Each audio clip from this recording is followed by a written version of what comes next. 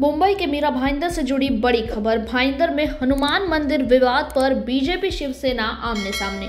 महाराष्ट्र सरकार में सत्ताधारी गठबंधन के दो साथी दल बीजेपी और शिवसेना अब खुलेआम भिड़ चुके हैं। मुद्दा है भाईंदर के बीपी रोड पर स्थित हनुमान मंदिर का, जिसे लेकर दोनों पार्टियों के बीच जमकर आरोप प्रत्यारोप का दौर चल रहा है। शिवसेना नेता और परिवहन मंत्री प्रताप सरनाईक हर रोज मंदिर जाकर आंदोलन कर रहे हैं। उनका कहना है कि मंदिर को तोड़ने का फैसला गलत है, क्योंकि ये धार्मिक आस्था से जुड़ा मामला है।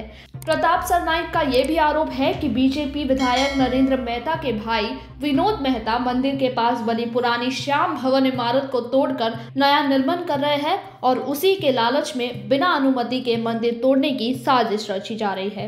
आरोप के बाद भारतीय जनता पार्टी विधायक नरेंद्र मेहता खुद हनुमान मंदिर पहुंचे और मीडिया के सामने सफाई दी। उन्होंने साफ कहा कि उनका और उनके परिवार का इस विवादित इमारत या मंदिर से कोई लेना देना नहीं है। पुरानी इमारतों के फिर से निर्माण और जमीन विवाद को लेकर भाजपा और शिवसेना के बीच तनाव बढ़ता जा रहा है। राजनीतिक गलियों में अब चर्चा यही है कि यह विवाद आने वाले दिनों में एक बड़ी राजनीतिक जंग का रूप ले सकता है। क्या हनुमान मंदिर बनेगा राजनीति की रणभूमि, या क्या बीजेपी शिवसेना की दोस्ती में आएगी दरार? इस खबर से जुड़ी हर लेटेस्ट अपडेट के लिए सब्सक्राइब करें और जुड़े रहे हमारे साथ thejournalist.in पर। म्हणजे दोन लोग खाली उभे आहेत। ये बिल्डिंग मेरे को खरीदने का है, ये बिल्डिंग मेरे को बेचने का है। तो बिल्डिंग का मालक ही नाही आणि त्याच्याकडे पैसे नाही। हा मंदिर चे मालक हे आहे। हा मधु शर्मा जी या ठिकाणी उपस्थित आहे।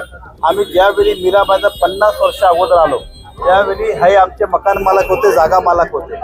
हे जो छोटा मंदिर आहे तो यांचा कुल देवताचा एक व्यक्तिगत मंदिर आहे। त्यांचा परिवार त्यांच्या कुल देवताची आराधना करतो। हा सार्वजनिक मंदिर नाही आहे। आता हे काही कारणाने त्या हा बिल्डिंग सोडून तिकडे जेसलपाकला राहायला गेले। यामध्ये दोन लोक येऊन सांगायला की हा मंदिर तुटू नाही देणार, तोडणार।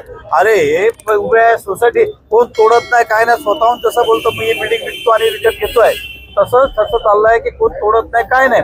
आता आम्हाला अनेक वेळा या नावाने बदनाम केलं की कारण की माझं दुकान याच्यात आहे, मी इकडेच मोठा झालो, तर नरेंद्र मेहता आहे मंदिर तोडणार आहे, त्यांचे बिल्डिंग लोकांनी बिल्डिंग बांधायला घेतली आहे। आम्ही लोकांनी बिल्डिंग सुद्धा बांधायला घेतली नाही। बिल्डिंगचे चेअरमॅन आणि कोणालाही बिल्डिंग चेअरमॅन या बिल्डिंग मध्ये 101 कुटुंब राहतात। कोणी कोणाला सह्या केली नाही, मीटिंग झाली नाही, काय झालं नाही, बिल्डिंग दिली आहे। धोकादायक होती, म्युन्सिपाल्टीने वारंवार नोटीस दिली म्हणून ते पाडावी लागली। लाईट यासाठी कट झाला की म्युन्सिपाल्टी ज्या धोकादायक झाली पाणी आणि लाईट कट करते, त्यानंतर बिल्डिंग तोडायची कारवाई सुरू होते। आता हे या मंदिराचे मालक सुद्धा या ठिकाणी मालक यासाठी बोलतोय कारण की त्यांचं व्यक्तिगत कुलदेवताचं मंदिर आहे, सार्वजनिक मंदिर नाही आहे। परंतु अशा प्रकारचे बातम्या केले। आमचे विद्यमान आमदार प्रताप सरनाईक सुद्धा आले की या कुटुंबाला असं आहे तसं आम्ही सांगू।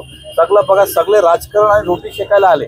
खाली रोटी या राजकारणामध्ये आम्हाला कसं बदनाम करता येईल त्यासाठी हे खाली अननेसरी यायचं, आरती करायचं, झंडे लावायचं। अरे काय संबंध आहे? ते सोसायटीवाले ते बघून घेतील ना आता त्यांना काय करायचं कसं करायचं। पण उगाच काहीतरी करायचं, बातम्या करायची, महाआरती करायची, लोकांना जमवायचं, हे सगळं नौटंकी होती। त्या नौटंकीला मी निषेध करतो आणि सोसायटी आणि ते मंदिराचे मालक ते बघून घेतील। बघा, शेवटी हा माझा मतदारसंघ आणि माझ्या मतदारसंघातले लोक गेल्या अनेक वर्षापासून या हनुमानच्या मंदिरामध्ये येतात, सेवा करतात आणि जे काही बघा जगामध्ये जे काही चाललेलं आहे, हिंदू धर्म जो टिकलेला आहे तो फक्त आणि फक्त आपल्या देवदेवतांमुळे। आणि त्या देवदेवतांची मंदिरं आपण मनोभावे बांधतो, त्याची पूजा अर्चा करतो। या बीपी रोड परिसरातील जनता गेल्या अनेक वर्षापासून इकडे हनुमान चालीसा वाचतात, त्याचबरोबर आरती या ठिकाणी होते। अरे ह्या मंदिराचा त्रास कुठाला मला सांगा ना। आजूबाजूला काही म्हणजे असं नाहीये की बिल्डिंग होऊ शकत नाही, बिल्डिंग पण होऊ शकतं। मला पूर्वी असं वाटलेलं की काहीतरी मध्ये आहे, परंतु मध्ये नसताना हे बाजूला हे मंदिर आहे।